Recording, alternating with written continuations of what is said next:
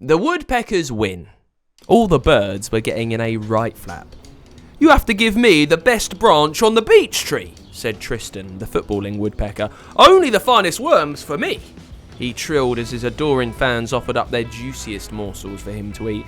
But then came a big question from Sporting Bird magazine. "Tristan, do you think you're past your best on the pitch?" Well, you could have heard a feather drop. All the birds stopped their tweeting and looked at the journalist who asked the question. No one had ever questioned Tristan before. This was big. Tristan was so good at football. He was basically a bit of a bird celebrity.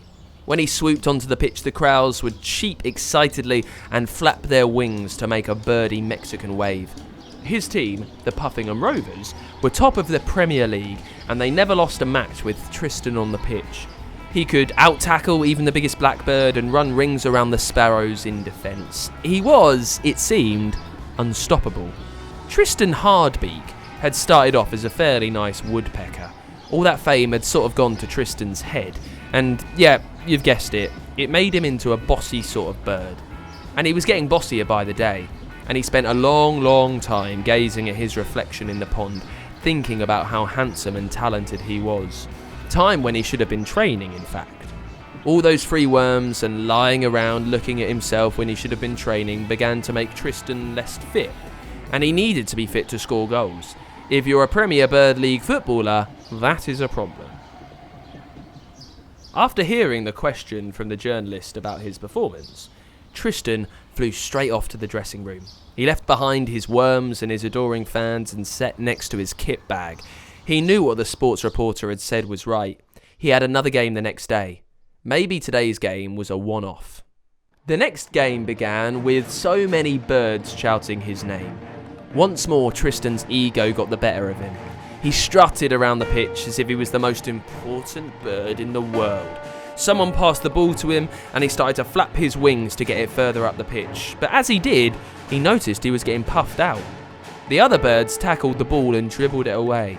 He tried to kick the ball into what was pretty much an open goal, but he was so tired and unfit that his foot missed the ball and he ended up on his fluffy back, and it took him quite a while to get back onto his feet.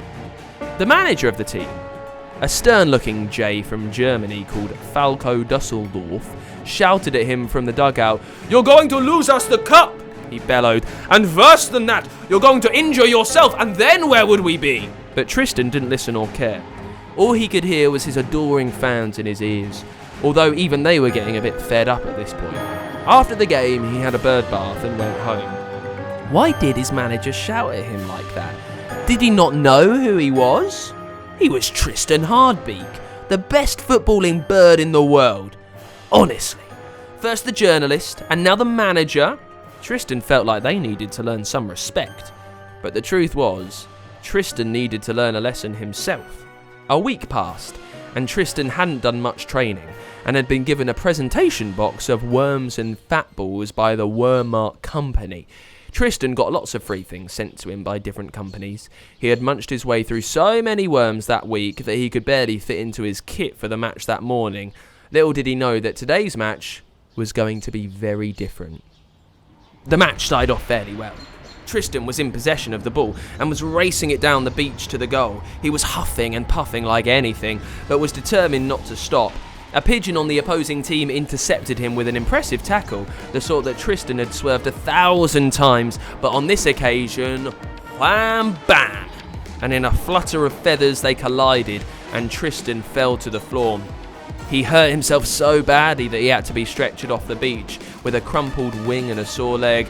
"That's it, you're off the team," said Falco Dusseldorf, and then added, "Use this time to get better and fitter, and maybe think about not being bossy anymore while you're at it." Tristan sadly limped off, and with the remaining strength in his wings, flapped up to a nook in the big oak tree and huddled in sadly. He sighed a big sigh, and felt very sorry for himself. He stayed there for a very long time until people had almost forgotten all about him. There was a new superstar on the bird football circuit, a chaffinch called Jason Finchley. There were t-shirts with Finchley on. His picture was on posters and pencil cases. Tristan couldn't seem to move without seeing Jason's smug face, and it didn't make him feel any better at all. So he spent his days mainly sulking and dreaming of punting Jason himself into the back of the net to the cheers of the crowds.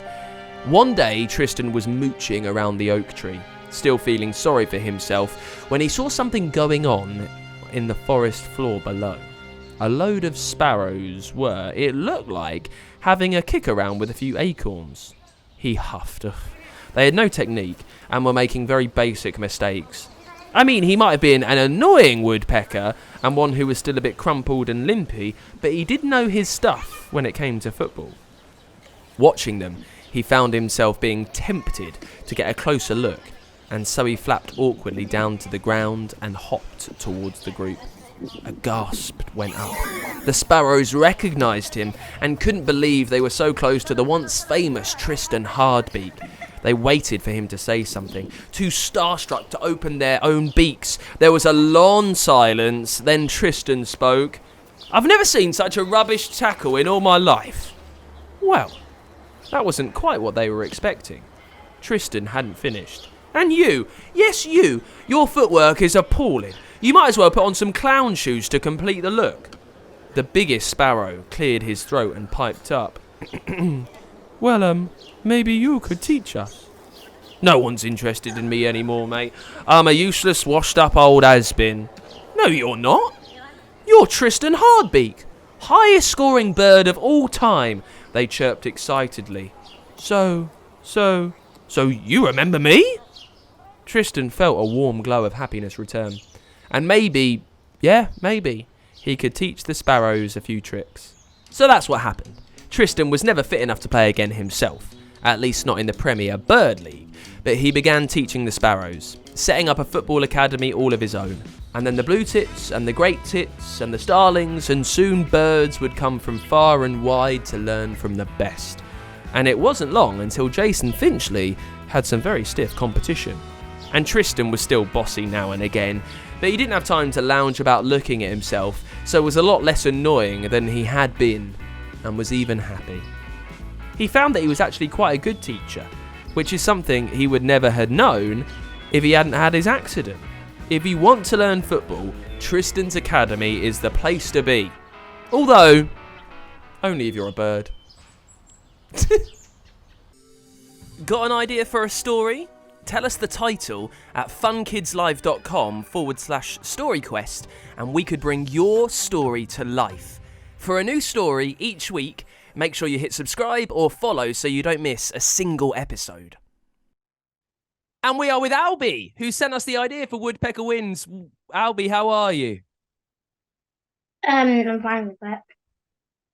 Albie, now, we made Woodpecker Wins, right? But you sent us quite a descriptive title. Do you remember what you sent to us? Woodpecker playing football on the beach. Right. What made you think of a woodpecker playing football on the beach, of all things?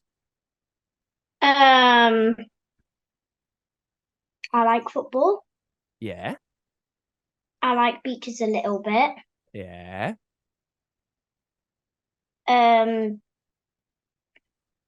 Yeah, and that's it. What about woodpeckers? Why are woodpeckers in it is what I'm wondering. So you like football, you're okay with the beach. Why woodpeckers, Albie?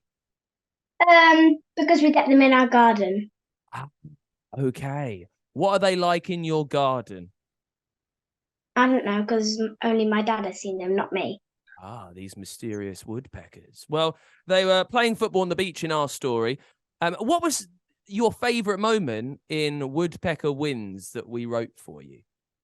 I liked it when the crowd gasped. Gasped at a woodpecker. Who was your favourite character in the whole thing? When you came, Tristan Hardbeat. Oh, why did you like him? Because I liked it when he came on the pitch and then all the crowd went and then they gasped. I remember that. Skill, are you quite good at football yourself? I know that you like it. I'm only really good at shooting, not tackling. Oh, okay. But that's all right. You kind of hang around up front, yeah? Yeah. So you let everyone else do the hard bit. They kind of get the football, then they give it to you, and then you just try and score. Yeah. But who do you support? England. Oh, great. Well, that's fine. Everyone's happy if you support England. Let me ask you this. What might happen in Woodpecker Wins 2? If there were a second story, what would happen, do you think, Albie? I think Tristan Hardbeak, he might like do a bicycle kick and try and score it in the goal, but then instead he accidentally pops the ball. Well, he's got a big beak, right? And birds tend to have quite clawy feet, so that might happen. But amazing. And we've loved coming up with ideas. And I want to hear more about what these characters do. So if you ever have any more ideas, Albie, make sure you send them over to us, because I'd love to read them out. Thank you so much for sending us your story, Albie. Got an idea for a story? Tell us the title at funkidslive.com/Storyquest, and we could bring your story to life. For a new story each week, make sure you hit subscribe or follow so you don't miss a single episode.